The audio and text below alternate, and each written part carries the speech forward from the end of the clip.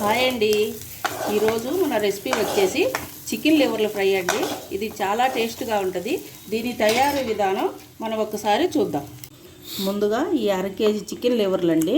వీటిని బాయిల్ చేద్దాం. నేను ఆల్రెడీ నీళ్లు పెట్టాను, మరుగుతున్నాయి. వేసేద్దాం. నేను వీటిని కట్ చేయలేదండి, ఇట్లాగే వేసేస్తున్నాను. బాయిల్ అయ్యాక కట్ చేస్తాను. ఇప్పుడే కట్ చేస్తే మొత్తం చిదురైపోతుంది. ఇప్పుడు దీంట్లో పసుపు, ఉప్పు వేస్తానండి. ఒకసారి కలుపుకుందాం. ఒకసారి కలుపుకొని దీన్ని ఒక 15 నిమిషాల సేపు ఉడకనిద్దామండి. ఇదిగోండి ఉడికిపోయింది. ఇప్పుడు తీసేస్తున్నా. ఇదిగో చూడండి, దీంట్లో వాటరు మనం ఇలా తీసుకోవాలండి. కొందరు ఏం చేస్తారంటే బాండీలోనే కొద్దిగా ఆయిల్ పోసివేసి కొద్దిగా వాటర్ వేసి ఆ నీళ్ళంతా ఇనికిపోయే వరకు ఉంచి ఆయిల్లో వేపుకుంటారండి. అసలు అట్లా చేయకూడదు, అతుక్కుపోతుంది. ఇదిగో ఇప్పుడు చూడండి ఎలా వచ్చినాయో. ఇదంతా వేస్ట్ అండి వాటరు.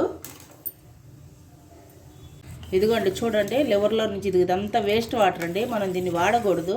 ఇప్పుడు దీన్ని మనం పడేసి ఈ ముక్కల్ని కట్ చేసుకుందామండి చిన్నగా. ఇప్పుడు వీటిని కట్ చేసుకుందామండి. మీకు ఏ సైజు కావాలంటే ఆ సైజులో కట్ చేయండి. ఇదిగో చూడండి ముక్క చెదరకుండా ఎలా వస్తుందో. ఇలా మొత్తం కట్ చేసుకుందాం. ఇదిగోండి నేను మొత్తం కట్ చేసుకున్నాను. నేను ఈ సైజులో కట్ చేశాను. మీకు ఎలా కావాలంటే అలా కట్ చేయండి. ఇప్పుడు మనం దీన్ని ఎలా ఫ్రై చేసుకోవాలో చూద్దాం. ఆయిల్ వేడైందండి. ఉల్లిపాయ పచ్చిమిర్చి వేసుకుందాం. ఒక ఉల్లిపాయ సరిపోయింది, కొద్దిగా కాబట్టి అవి.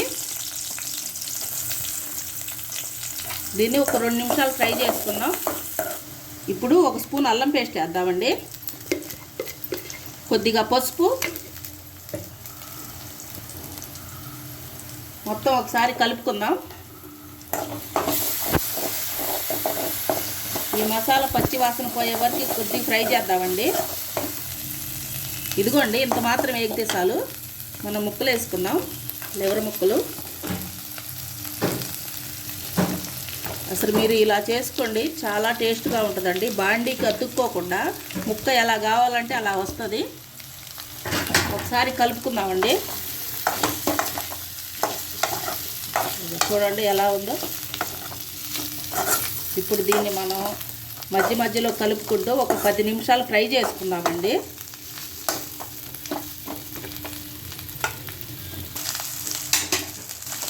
ఇదిగోండి 10 నిమిషాలు అయింది. మధ్య మధ్యలో ఇలా కలుపుకుంటా ఉన్నానండి నేను, అలాగే వదిలేయలేదు. ఇదిగో చూడండి బాండీకి అంటుకోకుండా ఎలా వచ్చిందో ముక్క. మనం బాయిల్ చేసి ఇలా వేయాలండి ఎప్పుడైనా సరే. ఇప్పుడు మనం ధనియాల పొడి, గరం మసాలా వేద్దామండి దీంట్లో.